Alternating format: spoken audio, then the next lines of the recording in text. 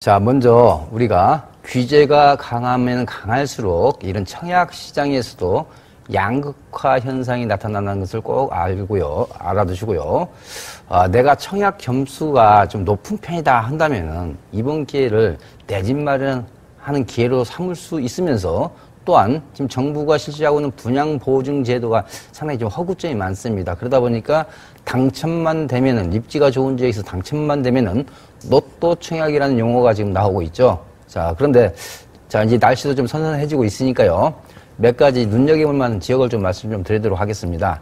먼저 서울 같은 경우는요, 앞으로 한 23개 단지에서 약 2만 세대가 분양을 할 예정입니다만은 대부분이 재개발, 재건축 지역에서 나오다 보니까 우리 일반인이 분양받을 수 있는 물량은 좀 한계가 있습니다. 그래도 그 중에서도 몇 군데 좀 꼽아본다면요. 노원구 쪽에서 상계동 쪽에서 처음으로 공급되는 상계 주공 8단지 재건축 일반 분양분이 있고요. 그 다음에 사당동 쪽에서 사당 3구역, 사당 3구역 또 일반 분양분이 기다리고 있고요. 그 다음에 이제 강남이라고 할 수 있는 서초 우성 1차 재건축하는 지역이 또 한 9월달 정도 준비가 되어 있습니다. 그 다음에 서부권에서는 수색루타운의 수색 9구역을 우리가 좀 지켜볼 필요가 있겠습니다.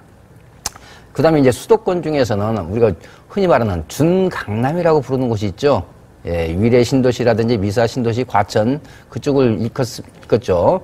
이제 그 중에서도 우리가 위례 신도시 중에서도 이제 북쪽에 있다고 해서 우리가 흔히 북위례라고 합니다. 북위례 같은 경우 금년도에도 이제 한 3곳 단지에서 이제 분양을 합니다. 서울보다는 아무래도 일반 분양분이 대부분이기 때문에 우리가 당첨될 확률이 그만큼 높겠죠. 그 다음에 하남시 가밀지구, 송파하고 이렇게 붙어 있는 지역입니다. 예? 가밀지구에서도 한 3곳 정도가 분양을 합니다. 그렇기 때문에 내 청약 점수가 55점이 넘는다고 그런다면은 북위례나 가밀지구를 한번 노려보시는 것도 괜찮을 것 같아요. 그래서 제가 서울의 재개발, 재건축 지역에서 일반 분양분과 준강남이라고 일컫는 북위례와 하남 가밀지구를 우리가 눈여겨볼 필요가 있겠다 해서 청약 사이트 있죠? 청약 사이트 들어가서 꼼꼼히 자기 점수 따져보시고 일정을 한번 체크해보시고 우리가 이런 소리를 가끔 듣죠. 자, 지금 현재 20층이나 25층 아파트가 노후되면은 정말 재건축이 가능할까? 자, 또 이런 현재의 용적률도 300%인데 앞으로 재건축이 가능할까? 거기에 대한 해답은 우리가 흔히 말하는 리모델링 정비 사업밖에 없습니다.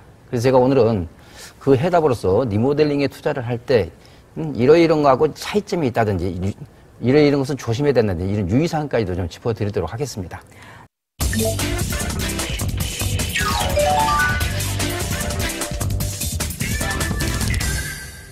예상치 못한 변수가 도사리고 있는 부동산 시장. 변화하는 시장에 적응하고 미래를 준비해야 하는 부동산 투자. 이정찬 전문가가 실전 투자의 모든 것을 알려드립니다. 부동산 가이드톡에서 확인하시죠. 자, 기본적으로 리모델링 사업과 재건축 사업은 큰 차이점을 보입니다. 그렇기 때문에 제가 좀 자세하게 좀 그 차이점을 좀 짚어드리겠습니다. 기본적으로 이렇습니다. 리모델링 사업은 우리가 재개발, 재건축을 관장하는 도시 및 주거환경정비법, 즉 우리가 약자로 도정법에 근간해서 하는 사업이 아닙니다. 주택법에 근간을 두고 추진하는 사업이라고 보시면 되겠어요. 자, 그리고 이런 리모델링 사업을 하기 위해서는 몇 년 이상 아파트가 노후도가 있어야 된다 하는 규정이, 노후도 연한이 15년입니다.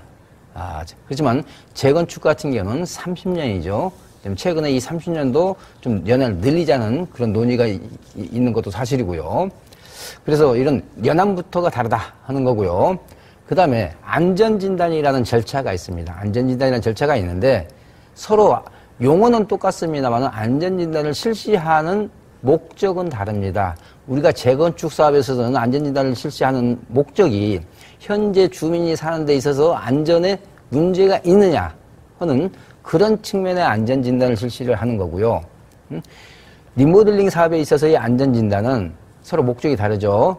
자, 증축이라든지 이게 수직 증축을 늘렸을 때 그 아파트 건물에 대한 안전성에 문제가 있을 수 있느냐 없느냐 이걸 평가하는 겁니다. 그렇기 때문에 서로 안전진단이라는 용어 자체는 같습니다만은 안전진단을 실시하는 취지는 서로 다르다 하는 거 알아두시고요.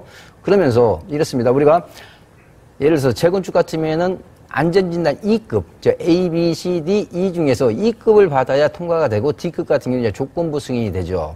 그런데 안전진단에서는 오히려 증축을 했을 때 안전해야 되기 때문에 예? 모든 항목에서 B급을 받았을 때 우리가 수직 증축 리모델링이 가능하고요. 오히려 B급보다 안전도가 떨어진 C급을 받으면은 수직 증축 리모델링이 안 되고 수평 증축 리모델링만 된다는 거고요. 또한 역으로 리모델링을 하려고 해서 안전진단을 신청했는데 D급을 받았다면은 리모델링 사업 자체가 안 되는 구조가 되겠습니다.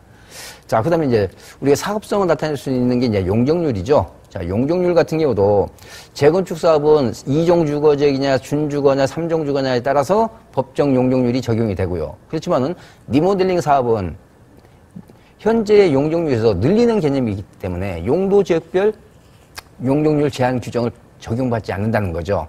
자, 그래서 일반적으로 우리가 전용 면적 30% 이내에서 증축이 가능하다는 게 이제 큰 전제가 되겠고요. 그런데 소형평으로 이루어졌다. 예를 들어서 전용 면적 85제곱미터 이하로만 이루어진 단지 같으면은 증축을 할 수 있는 면적이 40% 이내 범위 내에서 허용이 됩니다. 또한 우리가 층을 늘리는 게 3계층 이상입니다. 그렇지만은 현재의 층수가 15층 이하, 즉 14층 이하일 때는 2개 층밖에 올릴 수가 없다는 것도 참고로 알아두시고요. 자, 그 다음에 이제 우리가 일반 분양분 같은 경우는 우리가 세대수를 늘어나는 범위 내기 때문에 리모델링 같으면 15% 범위 이내에서 일반 분양이 가능하고요. 재건축은 이제 세대수 증가분 한도가 되겠고요. 이제 그 다음에 이제 사업기간이 큰 차이가 있죠. 짧게는 리모델링 같은 경우는 4년 내지 7년이 걸립니다만은 재건축 사업은 미니멈 10년 이상 다 소요가 되고 있습니다.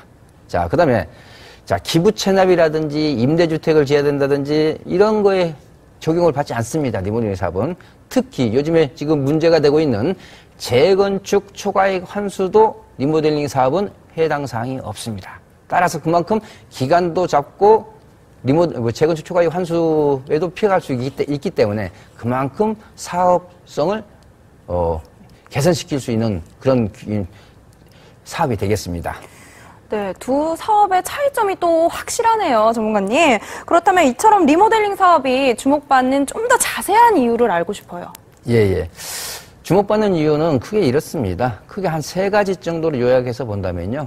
자, 문재인 정부 들어와가지고 안전진단 요건이 강화됐습니다. 즉, 재건축에 대한 안전진단 요건이 대폭 강화가 됐습니다. 그러다 보니까 예를 들어서 목동 아파트, 서울의 양천구 목동 아파트라고 해봐요. 지금 30년 됐습니다만은 당장 안전진단 요건 강화로 인해서 할 수가 없습니다. 그만큼 사업 기간이 한 5년 내지 6년 정도 늦어지는 결과를 초래를 했습니다.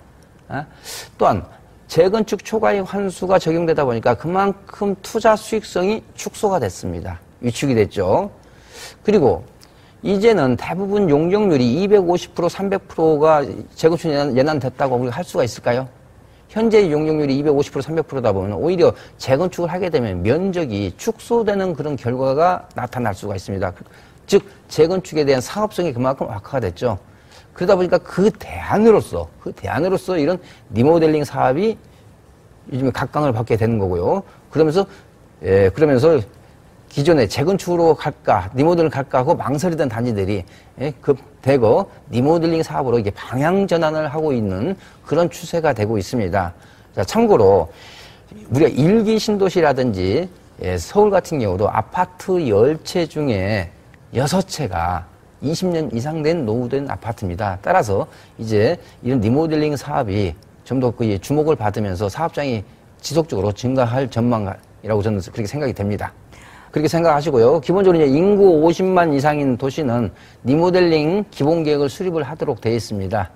그래서 추진위원회는 있습니다만은 추진위 승인 구성 자체는 없고요. 바로 조합 설립 인가로 가겠습니다. 그래서 주민의 75% 이상의 동의를 받아서 조합 설립 인가를 받고 시공사를 선정해서 도움을 받아서 그런데 여기서 이제 리모델링 사업에서 가장 주안점이 되는 건 뭐냐? 증축을 했을 때 안전하냐? 거기에 포커스가 맞춰져 있다고 보시면 되겠어요. 그래서 안전진단이라는 것을 2번을 받고 안전성 검토라고 하는 것을 2번을 받습니다. 즉 안전에 대해서 총 4차례 심의 검토를 받는다고 보시면 되겠습니다. 그래서 1차 안전진단 받아서 B급이냐 C급이냐에 따라서 이제 수평이냐 수직 이게 나뉘지고요. 그리고 나서 이제 도시계획 심의에 가서 1차 안전성 검토, 즉 기본 설계에 대한 안전성 검토를 하고요. 그 다음에 이제 2차 사업계획 승인에 가가지고는 2차 안전성 검토를 합니다. 이때는 이제 상세한 실시 설계를 가지고 하고 있고요. 그리고 나서 우리가 이제 재건축에서 말하는 관리처분 행위를 받고 그 다음에 이주 및 철거를 하고 그리고 나서 또다시 안전진단을 받습니다. 즉 철거를 하고 나서 내력벽 자체가 안전한지 해서 2차 안전진단을 받고 그게 이제 통과가 되면은 바로 착공이 되겠습니다. 그래서 이제 준공이 되겠고요. 따라서 그러다 보니까 기본적인 사업 기간이 재건축에 비해서는 상당히 짧은 그런 효과를 거둘 수가 있겠습니다. 몇몇 좀 단지 좀 살펴보도록 하겠습니다. 추진한 단지. 이미 이제 완공된 데도 있습니다. 도곡동 쌍용예가라든지 당상동 쌍용예가라든지 청담동이라든지 대치동 이런 쪽에서 이미 리모델링을 해가지고 현재 입주를 했습니다. 그런데 평면 설계 제한 때문에 주변 새 아파트보다 가격이 다소 낮게 형성되어 있습니다.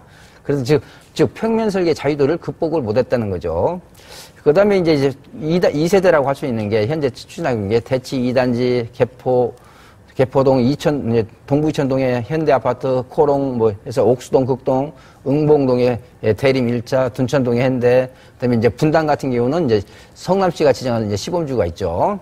자, 그런 데는 이제 평면 설계가 약간 다소 진화가 되고요. 한 번은 이제 시행착오가 있었기 때문에 그러면서 그동안에 이제 대형 건설, 일부 건설사만 참여했던 게 이제는 대형 건설사도 이제 참여를 하면서 많은 부분에 이제 설계적인 진화가 이제 기대가 되고 있고요. 특히 최근에는 이제 서울시가 7개 단지를 서울시 시범 지원형 리모델링 단지로 지정을 했습니다. 자, 그런데 여기서 이제 우리가 가장 눈여겨볼 것은 이겁니다. 내력벽 철거에 대한 논쟁입니다. 이 내력벽 철거가 내년 3월까지 지금 유보가 돼 있습니다. 따라서 내년 3월 달에 전면적인 허용을 할 거냐, 계속 금지를 할 거냐 하는 게 그냥 하나의 관건인데요. 제가 보는 견해는 그렇습니다. 내력벽 철거를 완전히 허용하기에는 좀 이르지 않나, 부분적인 보완 대책이 나오지 않을까 싶습니다. 그러니까 한 4가지 정도 정리해서 말씀 좀 드리도록 하겠습니다. 리모델링 사업이 모든 우리 전국적으로 다 추진할 수 있는 사업이 아니라는 겁니다. 왜냐하면 건축비가 일반 재건축보다도 더 들어갑니다. 그렇기 때문에 기본적으로 입지가 우수해야 된다 하는 게 첫 번째입니다. 그럼 입지가 우수해야 된다는 것을 좀 다른 표현으로 말씀드리면요.